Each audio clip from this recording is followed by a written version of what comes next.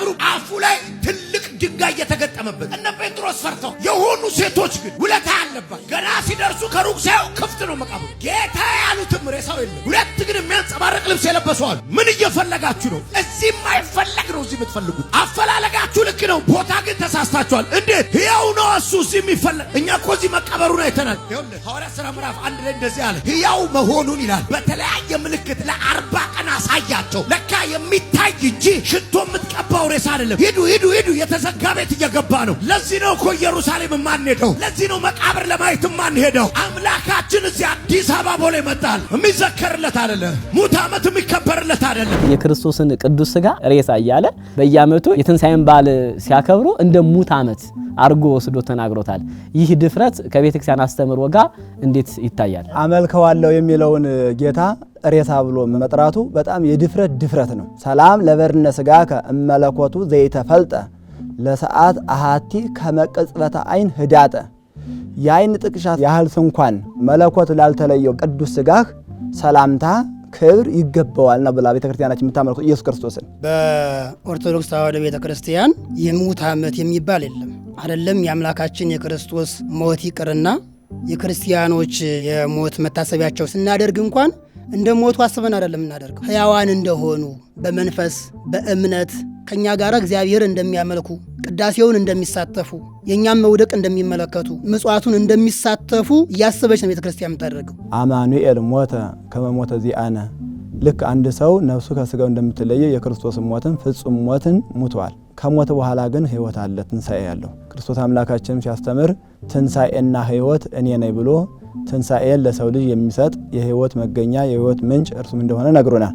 በሞት ሞትን ድል አድርጎ የተነሳ አምላክ እንጂ ሙቶ መቃብር ውስጥ የምንፈልገው አይደለንም። ሲጀመር የክርስቶስ ሞት የሙት ዓመት አይባልም። እኛ ሙቶ የቀረ አምላክ የለን። መቃብሩ ባዶ መሆኑን ትንሣኤውን ለመመስከር ወደ መቃብሩ ቦታ የምንሄድ የትንሣኤው ምስክሮች ነን እንጂ የሙት ዓመት አክባሪዎች አይደለም። የክርስቶስ ሞት በሞቱ ለሞት ደምሰሶ በሞቱ ሞትን ደመሰሰው ዲያብሎስን ድል አደረገው ብላና ቤተክርስቲያን የምታስተምረው። ዘጠኝ ሞተ በስጋ ሞትን የቀመሰ ማለት ነው። በስጋ ነው የተሰቀለው፣ በስጋ ነው የተቀበረው፣ በስጋ ነው የተነሳው፣ በስጋ ነው ያረገው፣ በስጋው ነው ዳግመኛ የሚመጣው። ስለዚህ መለኮት በመቃብር ከክርስቶስ ስጋ ጋር ነበረ። እንደዚሁም ደግሞ ወደ ሲኦል ከነፍስ ጋር ወርዶ ለ5500 ዘመን የነበሩ ነፍሳትን ነፃነትን ሰበከላቸው። ስለዚህ ክርስቶስ ሞተ ሲባል የነፍስ ከስጋ መለየት እንጂ የመለኮት መለየት አይደለም። መለኮት በዓለም ምሉ ነው። በመቃብር ውስጥ ሳለ በላይ በጽራራ ያምም አለ። ዓለምን በመሃል እጁ ይዟል። ዓለምን ያስተዳድራል። ዓለምን ይመላ ነበረ ማለት ነው። ስለዚህ አባቶቻችን አንተ ንቡር ዲበ ኪሩቤል ወአንተ ህዱር ውስተ ከርሰ ምድር ጽውረ ተርእየ ለተወዲዮ ውስተ መቃብር እንዘ ውእቱ ይመልኩሎ። በስጋ ሞቶ ሳለ በስጋ ወደ መቃብር ወርዶ ሳለ በላይ በዘባነ ኪሩብ በጽርሐ አርያም መላእክት ቅዱስ ቅዱስ እያሉ ያመሰግኑታል። ዓለምን በመሃል እጁ እንደያዘ ነው። እንደገና ደግሞ ወደ መቃብር ለመውረድ በዮሴፍና በኒቆዲሞስ እጅ ተይዞ ታየ። በዓለም የመላው እርሱ ማለት ነው። አምላክነቱን ሳይለቅ ነው ሰው የሆነው፣ የሞተው፣ የተቀበረው፣ የተነሳው፣ ያረገው። እዚያ አትፈልጉት። የት እንፈልገው? የት ሂዱ ወደ ከተማ ሂዱ። እዚያ የሚፈልገው ይህ ቃል የሚገኘው በሉቃስ ወንጌል ምዕራፍ 24 ነው። ሕያውን ከሙታን ጋር ለምን ትሹታላችሁ ያሉት መቃብሩን ያስጎበኙት ቅዱሳን መላእክት ናቸው። በእስራኤል በዓል በ3ኛው ቀን ከመቃብር ሄደው ማልቀስና ሽቱ መቅባት ስራታቸው ነው። እነ ማርያም መግደላዊት እነ ባለሽቷ ማርያም ይህንን ገጸ በረከት ይዘው ሲሄዱ እነሱ እንደጠበቁት ከመቃብር አላገኙትም። ከዚያ ሲፈልጉ መላእክት ምን አሉ? ሕያውን ከሙታን መካከል ለምን ትሹታላችሁ? እንደተናገረ ተነስቷል ብለው መቃብሩን ያስጎበኙት ቅዱሳን ብርሃናውያን መላእክት ናቸው ይህን ቃል የተናገሩት እንጂ አልሞተም እያሉ አይደለም። ሙቶ ሞትን ድል አድርጎ ተነስቷል። መቃብሩ ጋር መምጣት አልነበረባችሁም እያሉም አይደለም። መቃብሩ በመሄዳቸው ምንን አገኙ ሲባል የመጀመሪያው ትንሣኤውን እንዲያዩ የትንሣኤው ምስክር እንዲሆኑ አድርጓቸዋል። ማንም ያላየውን ቅድሚያ የአይን ምስክር የሆኑት መቃብሩን ባዶ መሆኑን አይተው ክርስቶስ በእውነት እንደተናገረ ሞትን ድል አድርጎ በክብር በብርሃነ መለኮቱ እንደተነሳ የተረዱት ከመቃብሩ ዘንድ ሄደው ነው። ስለዚህ እነዚህ ቅዱሳት አንስት የአይን ምስክሮች ናቸው። ወደ መቃብሩ ለምን መጣችሁ ተብለውም አልተወቀሱም። ነገር ግን ቅዱሳን መላእክት ትንሣኤውን ለሰው ልጅ አወጁ። መጀመሪያ የክርስቶስን መውረድ የነገረ መልአክ ነው። የክርስቶስንም ሞትን ድል አድርጎ መነሳት ለሰው ልጅ ያበሰረ መላእክት ናቸው። ስለዚህ ወደ መቃብሩ ገስገው በመሄዳቸው ትንሣኤውን እንዲያዩ የትንሣኤው ምስክር እንዲሆኑ አደረጋቸው እንጂ ትንሣኤውን ከማየት አልገደባቸውም። እንዲሁም ክርስቶስ አምላካችን እዚህ አለልን ይሏል። እውነት ነው። እኛ መች በቦሌ ገደብ ነው? እግዚአብሔር ያለው ኢየሩሳሌም ብቻ ነው ብለናል። እግዚአብሔር ዓለማትን ይወስናል እንጂ ዓለም እግዚአብሔር ልትወስነው አይችልም። ክርስትናችንም ቦታም ጊዜም አይወስነውም። ስለዚህ እኛ በኢየሩሳሌም ብቻ ካልሄድን ወይን ኢየሩሳሌም ብቻ ካልተገኘን እግዚአብሔር አናገኝም ማለት ነው። ክርስቶስ አምላካችን ከተሰቀለበት ዕለተ ዓርብ ጀምሮ እስከ መጨረሻው ዕለተ ዓርብ ድረስ ክርስቲያን የሆነ መስቀል ሲያይ ስነ ስቅለቱን ሲመለከት ሁልጊዜም በአእምሮ የሚታሰበው የክርስቶስ መከራው፣ የክርስቶስ ግርፋቱ፣ ክርስቶስ መስቀል ላይ መቸንከሩ ይህ ሁሉ ይታያል። ስለዚህ ይህን ሁሉ በአእምሯችን ስናወጣው ስናወርድ እያንዳንዳችን ጭንቅላት ቀራንዮ ማለት እርሱ ነው። ጎልጎታ ማለት እርሱ ነው። ለእግዚአብሔር ምድር በመልአ አይደለ? ምድር በሙሉ የእግዚአብሔር ገንዘቡ ናት። ምድርኒ መከደ ገሬ፣ ምድር የእግሬ መረገጫ ናት። ሰማይኒ መንበሬ፣ ሰማይም ዙፋኔ ነው ብሎ የተገለጸውን አምላክ እንዴት በኢየሩሳሌም ብቻ እንደምንወስነው አድርጎ ሲናገር ለምን እንሰማለን? እውነት የኢትዮጵያ ኦርቶዶክስ ተዋሕዶ ቤተክርስቲያን በየዓመቱ የትንሣኤ በዓልን በኢየሩሳሌም ሙት ዓመት ነው የምታከብረው ማለት ነው። ቅድስት ቤተክርስቲያን እናታችን የክርስቶስ አምላካችን የማዳን በዓላቱን ስታከብር መታሰቢያ አይደለም። ቅዱሳን በዓላትን ስናከብር መሳተፊያዎች ናቸው። ስለዚህ ቤተክርስቲያን ዓርብ ላይ ሞቱን ታስባለች።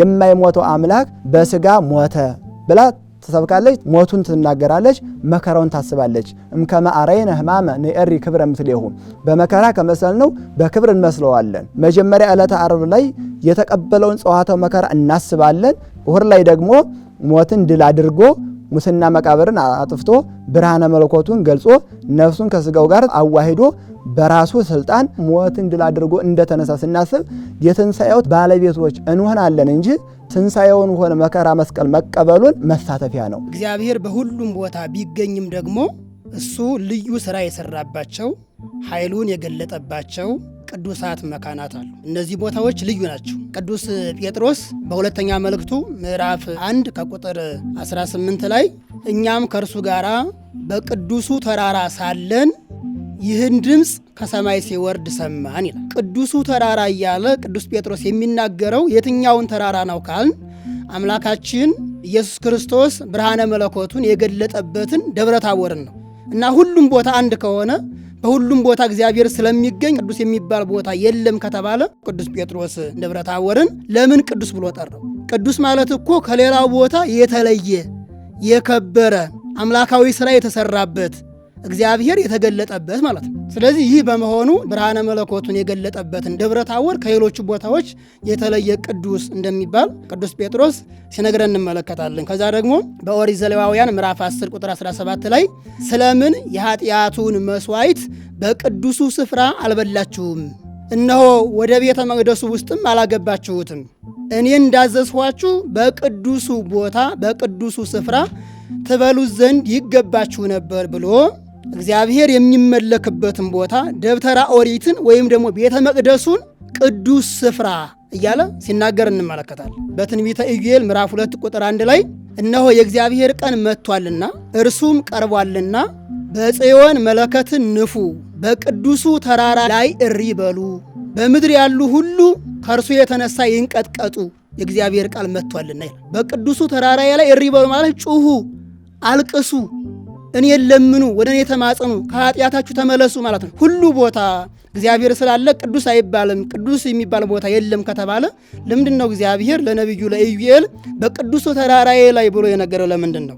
ስለዚህ እግዚአብሔርን የምናምን እኛ እግዚአብሔርን በልቅሶ በንስሐ ከእግዚአብሔር ጋር የምንገናኝበት እግዚአብሔርን የምናመልክበት ቦታ ቅዱስ ተራራ ነው የሚባለው። ኢየሩሳሌም ለምንድን ነው የምንሄደው? እኛ የምንሄድበት ብዙ ትርጉም አለው። ክርስቶስ አምላካችን በዋለበት፣ ባደረበት፣ በሰገደበት፣ በተሰቀለበት፣ በተቀበረበት ሞትን ድል አድርጎ ከተነሳበት ቦታ መገኘት ለአንድ ክርስቲያን ከዚህ የበለጠ እድል የለም። መከራውን አስበን ትንሣኤውን ዘክረን የክብር ትንሣኤ እንድንነሳ ያደርገናል። ምክንያቱም በዚያ ቦታ ሲገኝ አንድና አንድ ክርስቶስን ማሰብ ነው።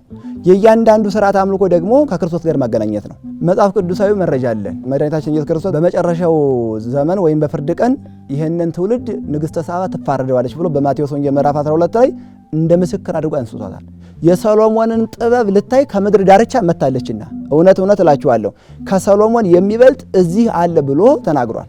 የኢትዮጵያዋ ንግሥተ ሳባ የሰሎሞንን ጥበብ ለማየት ኢየሩሳሌም ድረስ መሄዷ መጻሕፍተ ኦሪትን ተረድታ በሕገ አምልኮ ላይ በሕገ ልቦና ላይ ሕገ ኦሪትን ይዛ እንድትቀበል አድርጓታል። ያ መንፈሳዊ ጉዞዋ በተራ መጽሐፍ ሳይሆን በመጽሐፍ ቅዱስ ተጽፎላት ዛሬ ሁሉ ይነበባል። ሰሎሞን ለማየት በመሄዷ ያንን ታሪኳን ጠቅሶ ክርስቶስ በወንጌል እንዲጻፍ አድርጓል። ሲቀጥል ደግሞ እሷ ወደዚያ ሄዳ በመምጣቷ ሕገ ኦሪትን ወደ ኢትዮጵያ ይዛ እንድገባ ያደረጋት ያ መንፈሳዊ ጉዞዋ ነው ማለት ነው። በዚህም ከበረችበት እንጂ አልተነቀፈችበትም።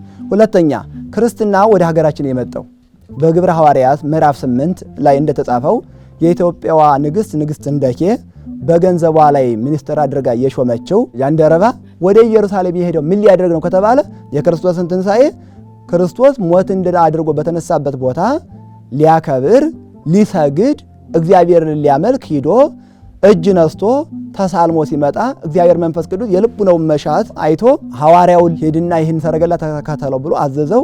ስለዚህ ሐዋርያው መጥቶ ጃንደረባውን አስተምሮ አጥምቆ ወደ ሀገሩ ልኮታል። ጃንደረባ ወደ ሀገሩ ሲመጣ ደስ እያለው መጣ። ስለዚህ ያ ጃንደረባ ኢየሩሳሌም ሄዶ ክርስትና ይዞ መጣ፣ ከብሮ መጣ እንጂ ለምን እዚህ ድረስ መጣ ተብሎ መንፈስ ቅዱስ ነቀፈው? አባቶቻችን የነበሩባቸውን ቦታ ቅዱሳት መካናት መሳለም በእኛ አይደለም የተጀመረው፣ በኤልያስ ዘመንም የተጀመረ ነው። ሊቀ ነቢያት ሙሴ እግዚአብሔር በሐመልማልና በነበልባል ወደ ተገለጠበት ቦታ ወደ እግዚአብሔር ተራራ ወደ ኮሬብ መጣ ይላል። ደብረ ሲናን የእግዚአብሔር ተራራ ይለዋል። አሁን እግዚአብሔር ያልፈጠረው ተራራ አለ እንዴ? ለምንድን ነው ከሌሎቹ ለይቶ ደብረ ኮሬብን ደብረ ሲናን የእግዚአብሔር ተራራ ብሎ የጠራው ካልን ታላቅ የሆነ ምስጢር ስለተገለጠበት። የሚገርመው ግን እሱ ብቻ አይደለም። ከሱ በኋላ ደግሞ ሙሴ ከአምላኩ ጋር ወደ ተነጋገረበት ተራራ ምስጢር ወደ ተገለጠበት ተራራ እግዚአብሔር ታምር ወዳደረገበት ተራራ ነቢዩ ኤልያስም ሲሄድ እንመለከተዋል። በአንደኛ ነገሥት ምዕራፍ 19 ቁጥር 19 አካባቢ ነቢዩ ኤልያስ ከንጉሱ ከአክዓብና ከንግስቲቱ ከኤልዛቤል ሸሽቶ በሚሄድበት ጊዜ ደክሞት ከአንድ በረሃ አርፎ ሳለ የእግዚአብሔር መልአክ ምግብ አምጥቶ እንደመገበው እንመለከታለን። እና ከመገበው በኋላ አንድ ቀን በተመገበው ምግብ ኃይል እስከ እግዚአብሔር ተራራ እስከ ኮሬብ ድረስ 40 ቀንና 40 ሌሊት ሄደ ይላል።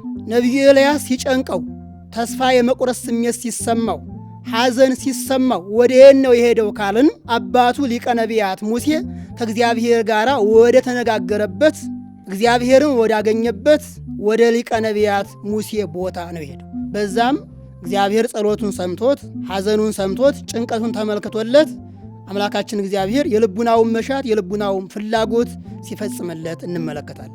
ከሱ ቀጥሎ ደግሞ የተነሳው የሱ ደቀ መዝሙር ነቢዩ ኤልሳም እንደዚሁ የመንፈስ አባቱ ነቢዩ ኤልያስ በነበረበት በጸለየበት በብሕትውና እግዚአብሔርን ባገለገለበት ቦታ በቀርሜሎስ ተራራ ሲመላለስ እንመለከታለን። ለምሳሌ ለአብርሃምና ለያዕቆብ አምላካችን እግዚአብሔር ያመለከታቸው ቦታ ቤቴል የምትባል ቦታ ነበረች።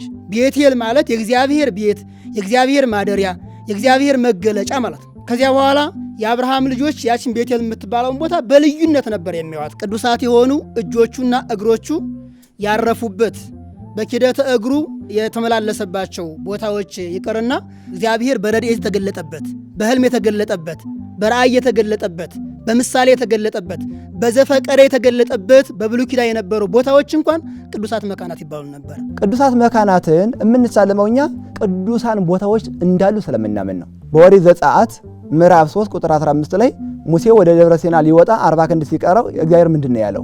ሙሴ ሆይ የምትረግጣት መሬት የተቀደሰች የተለየች የከበረች ናትና ጫማህን ከእግር አውጣ።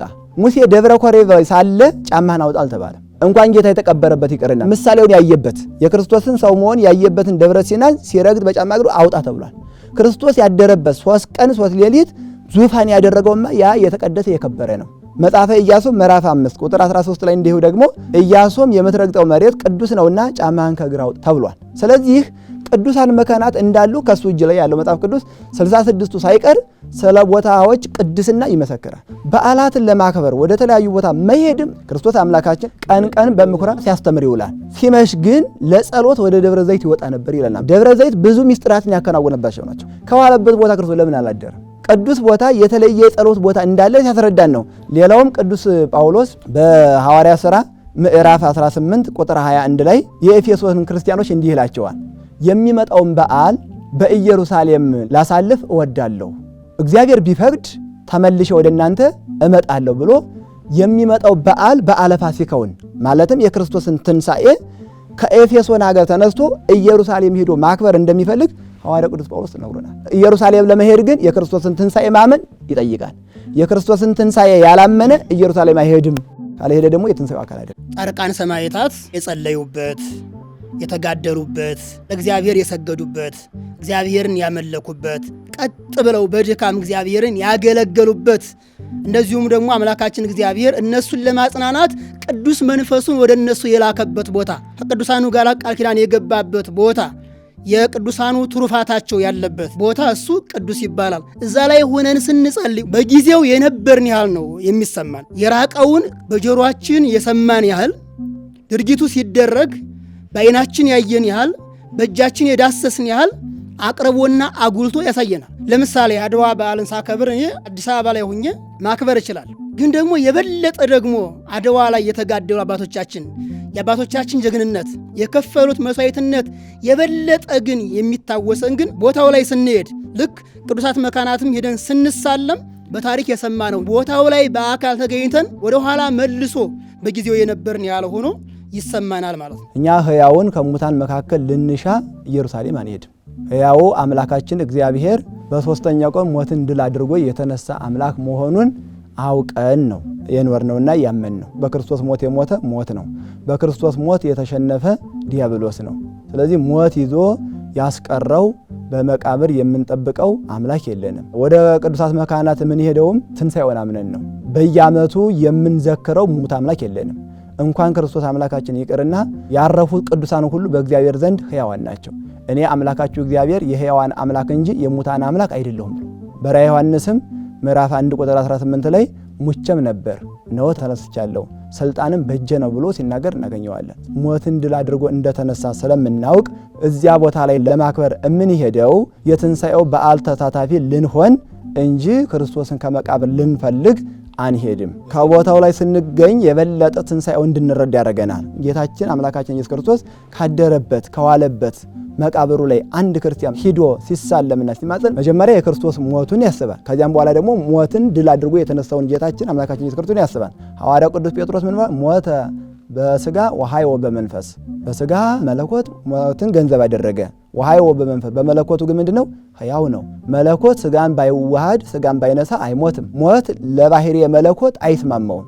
ባህሪየ ሞት የማይስማማው መለኮት ሞት የሚስማማው ባህሪየ ስጋን ተዋሂዶ በተዋህደው ስጋ ክርስቶስ በፈቃዱ ሞትን ተቀብሏል። መለኮት በስጋ ወደ መቃብር ወርዶ ሙስና መቃብርን አጥፍቷል። በዚያው ቅጽበት ሳይለያይ ደግሞ መለኮት በአካለ ነፍስ ወርዶ ሲኦልን መዝብሮ ነፍሳትን ነፃ አውጥቶ ወደ ገነት አሸጋግሯል። ስለዚህ ተነሳ ለማለት ሞተ ግዴታ ይቀድማል። ሐዋርያው ቅዱስ ጳውሎስ የቤተ ክርስቲያን የሁል ጊዜ የዘወትር ስራዋ የክርስቶስን ትንሣኤ መመስከር ሞቱን መስበክ እንደሆነ ሲገልጽልን በአንደኛ ቆሮንቶስ መልእክቱ ምዕራፍ 11 ቁጥር 26 ላይ አምጣነ ትበልዕዎ ለዝንቱ ህብስት ወትሰትይዎ ለዝንቱ ጽዋ ሞቶ ለእግዚእነ ትዜንው እስከ አመ ይመጽእ። ይህን እንጀራ በበላችሁ ጊዜ ሁሉ ይህንም ጽዋ በጠጣችሁ ጊዜ ሁሉ ጌታ እስኪመጣ ድረስ ሞቱን ትናገራላችሁ። ስለዚህ በቤተ ክርስቲያናችን ሥርዓተ ቅዳሴው ተስካረ ትንሣኤሁ ተስካረ ሞቱ ለእግዚእነ ወመድኃኒነ ኢየሱስ ክርስቶስ የጌታችን የመድኃኒታችን የኢየሱስ ክርስቶስ ትንሣኤው የሚታወጅበት ሞቱ የሚነገርበት ሞቱ የሚታሰብበት ነው። ስለዚህ እስከ ዕለተ ምጽአት ድረስ የቤተ ክርስቲያን ሥራዋ ትንሣኤውና ሞቱን መናገር ነው። ለምን ከተባለ ለቤተ ክርስቲያን የክርስቶስ ሞት ተራ ሞት አይደለም። የክርስቶስ ሞት የቤተ ክርስቲያን ሕይወት ነው። የክርስቶስ መከራ የቤተ ክርስቲያን ክብር ነው። የክርስቶስ ትንሣኤ የቤተ ክርስቲያን ትንሣኤ ነው። ቅዱስ ሥጋውን ክቡር ደሙን በበላችሁና በጠጣችሁ ጊዜ ሁሉ ጌታ እስኪመጣ ድረስ እስከ ዕለተ ምጽአት ድረስ ሞቱን ትናገራላችሁ ያለን መጽሐፍ ቅዱስ ነው። ይህ ሐዋርያው ያስተምሮ ነው። ሞቱን መናገር ማለት የሙት ዓመት መታሰቢያ ማለት አይደለም። ሕይወታችን ነው እየተናገርን ያለ ነው። ክብራችን ነው እየተናገርን ያለ ነው። ክርስቶስን ነው እየሰበክን ያለ ነው። የቤተ ክርስቲያን የስብከቷ ማዕከል የክርስቶስ ሞትና ትንሣኤ ነው። ወንጌል ማለት የምስራች ማለት አይደለም። የምስራች የሚያሰኛት ምንድን ነው ከተባለ የክርስቶስ መከራው ነው፣ የክርስቶስ ስቅለቱ ነው፣ የክርስቶስ ሞቱ ነው፣ የክርስቶስ ትንሣኤው ነው። ከዚያ ውጭማ በወንጌል የክርስቶስ ሞቱና ትንሣኤው የማይነገር ከሆነማ ወንጌል ኦሪት ሆነች። ከክርስቶስ ሞትና ትንሣኤ የተለየ ስብከት የላትም ቤተ ክርስቲያንና በቅዳሴው መካከልም ሁልጊዜ ንዜኑ ሞተከ ወትንሣኤከ ቅድስተ ነአምን እርገተከ ወዳግመ ምጽአተከ ሞትህን እንናገራለን፣ እንሰብካለን። ልዩ የሚሆን ትንሣኤህንም እንናገራለን፣ እርገትህን እናምናለን፣ ዳግም ምጽአትህንም እናምናለን እያለች በቅዳሴዋ መካከል የምትሰብከው የክርስቶስ ሞትና ትንሣኤን ነው። ሉቃስ ወንጌል ምዕራፍ 22 ላይ አምላካችን ክርስቶስ ቅዱስ ሥጋውና ክቡር ደሙን ከሰጣቸው በኋላ ነገ ስለ ብዙዎች የሚፈስ የአዲስ ኪዳን ደሜ ይህ ነው ብሎ ወከመዝ ግበሩ ተስካሬ በእንቲአዬ ይህን ለመታሰቢያ አድርጉት አለ። አሁን ቅዱስ ሥጋውን ክቡር ደሙን ስንቀበል ምንጊዜም የመድኃኒታችን የኢየሱስ ክርስቶስ ሞቱ፣ ትንሣኤው፣ እርገቱ፣ ዳግም ምጽአቱ አጠቃላይ የማዳን ሥራውና ቤዛነቱ ይታሰብበታል። ቅዱስ ሥጋው ክቡር ደሙ ለመታሰቢያ ነው ማለት አይደለም። እነሱ እንደሚሉት አማናዊ ነው። ጌታ በአርባ ቀን ውስጥ በተለያየ መንገድ በተለያየ ቦታ ለቅዱሳን አበዊነ ሐዋርያት ተገልጦላቸዋል። ሐዋርያትስ ምን ተማሩ? እኛ ከዛ ምን እንማራለን? ጌታችን አምላካችን መድኃኒታችን ኢየሱስ ክርስቶስ በዕለተ ተንሥኦ ክርስቲያን ሞት እንድን አድርጎ ከተነሳ በኋላ በተለያዩ ጊዜያትና ቦታዎች ለቅዱሳን ደቀ መዛሙርቱ ለ12ቱ ሐዋርያት እንደተገለጠላቸው መጻሕፍት ይመሰክራሉ። ወዲያው እንደተነሳ ለምን አላረገም ብንል ትንሣኤውን ለማስረዳት ነው። ምክንያቱም እስካሁን ድረስ የክርስቶስን ትንሣኤ ያላመኑ ያልተረዱ በትንሣኤው ላይ የሐሰት ምስክሮች ሆነው ዛሬም ድረስ በቤተ እስራኤል በቤተ አይሁድ ተሰርቋል እነገር የመተው ወስደውታን የሚል አስተምሮ እስከ ዛሬ ድረስ አለ። ስለዚህ ይሄንን ከሰዎች ልቡና ለማራቅ ወዲያውኑ እንደተነሳ ትንሣኤውን ለማጽደቅ ትንሣኤውን ለማስረዳት 40 ቀን ሙሉ ክርስቶስ አምላካችን ቆይቷል። ለ11 ሐዋርያት 4 ጊዜ ተገልጾላቸዋል። የትንሣኤ የዳግም ትንሣኤ በጥብርያዶስና እንዲሁም የመጨረሻው ሲያርግ በአንድ ጊዜ ተገልጾላቸዋል። ከዚህ ውጭ ግን በየዕለቱ በተለያየ ጊዜና በተለያየ ቦታ ለአንዱ ለሁለቱ ደቀ መዛሙርቱ ሳይገለጽላቸው ውሎ አያውቅም። በዚህ በ40 ቀን ቆይተው ውስጥ ለሐዋርያት ምን አስተማራቸው ስንል ዛሬ ቅዱስ ቤተክርስቲያን ቅዱስ እግዚአብሔር ቅዱስ ኃያል ቅዱስ ሕያው ዘኢይመውት ብላ ኪዳኑን እያደረሰች የምታመሰግንበት አባቶቻችን ከቅዳሴ በፊት የሚያደርሱት መጽሐፈ ኪዳን አለ። እርሱን መጽሐፈ ኪዳንን ለሐዋርያት አባቶቻችን አምላካችን እግዚአብሔር አስተምሯቸዋል። ከመጽሐፈ ኪዳን በተጨማሪ ሥርዓተ ቤተክርስቲያንን አስተምሯቸዋል። ቤተክርስቲያን እንዴት መተዳደር እንዳለባት ቅዱሳን አባቶቻችን ሐዋርያት ቤተክርስቲያንን ምእመናንና ምእመናትን መንፈሳዊ አገልግሎትን ሲያገለግሉና ሲገለገሉ በምን አይነት መልኩ መገልገልና ማገልገል እንዳለባቸው የሚገባውን ሥርዓተ ቤተክርስቲያንን ክርስቶስ አምላካችን ለ40 ቀናት በሙሉ ለአባቶቻችን ለሐዋርያት እያስተማራቸው ቆይቷል። የኦርቶዶክስ ተዋሕዶ ቤተክርስቲያን መጽሐፍ ቅዱስ ብቻ የሚለውን አስተምሮ የማትቀበልበት ምክንያቷ አንዱ ይህ ነው። አሁን መጽሐፍ ቅዱስ ብቻ ብለው የሚናገሩ ሰዎች ክርስቶስ ከተነሳ በኋላ እስከ ዕርገቱ ድረስ ምን እያደረገ ነበር? ምን አስተማረ? ያስተማረው ትምህርት የት ነው የሚገኘው የሚለው መጽሐፍ ቅዱስ ላይ በግልጽ አይገኝ። የሐዋርያት ሥራ ምዕራፍ 1 ላይ ከትንሣኤው በኋላ በ40 ቀን እየታያቸው ስለ እግዚአብሔር መንግሥት እየነገራቸው በብዙ ማስረጃ ከሕማሙ በኋላ ሕያው ሆኖ ለእነርሱ ራሱን ገለጠላቸው ይላል። ለቅዱሳን ሐዋርያት ለ120ው ቅዱስ ቤተሰብ። ስለዚህ 40 ቀን ስለ መንግሥቱ የነገራቸው ምንድን ነበረ? መጽሐፍ ቅዱስ ይናገራል ወይ? የት ነው የሚገኘው? 40 ቀን ያስተማረው ትምህርት መጽሐፍ ቅዱስ ላይ ሙሉ ሆኖ አይገኝም። ለዛ ነው ቤተ ክርስቲያናችን መጽሐፍ ቅዱስ እንዳለ ሆኖ የቤተ ክርስቲያን ትውፊትም ከመጽሐፍ ቅዱስ እኩል ያስፈልጋል ቅዱስ ትውፊት የምትለው ለዚህ ነው። ሐዋርያው ቅዱስ ዮሐንስ ወንጌላዊ ነው የሚነግረው። ያደረገው ታምር እያንዳንዱ ቢጻፍ ኖሮ ዓለም ራሱ ባልበቃውም ነበር ብሎ ነው የነገረን። ከስቅለቱ በፊት ሕግ ነው ያስተማረው። ተጠመቁ፣ ሥጋዬን ብሉ፣ ደሜን ጠጡ እያለ ሕግ ነው የሰጠን። ከትንሣኤው በኋላ ግን ከስቅለቱ በፊት የሰጠን ሕግ በምን አይነት መመሪያ መሬት ላይ እንደሚወርድ እንዴት እንደሚፈጸም ዝርዝር አፈጻጸም የሰጠን። የክርስቶስ ሙሽራ በምትባል በቤተ ክርስቲያን ውስጥ የክርስቶስ ሕገ ወንጌል ስትፈጸም እንዴት መፈጸም እንዳለባት ስለ ምስጢራተ ቤተ ክርስቲያንና ስለ ሥርዓተ ቤተ ክርስቲያን በዝርዝር ያስተማረው ከትንሣኤው በኋላ እስከ ዕርገቱ ድረስ ባለው 40 ቀን ውስጥ ነው ማለት ነው።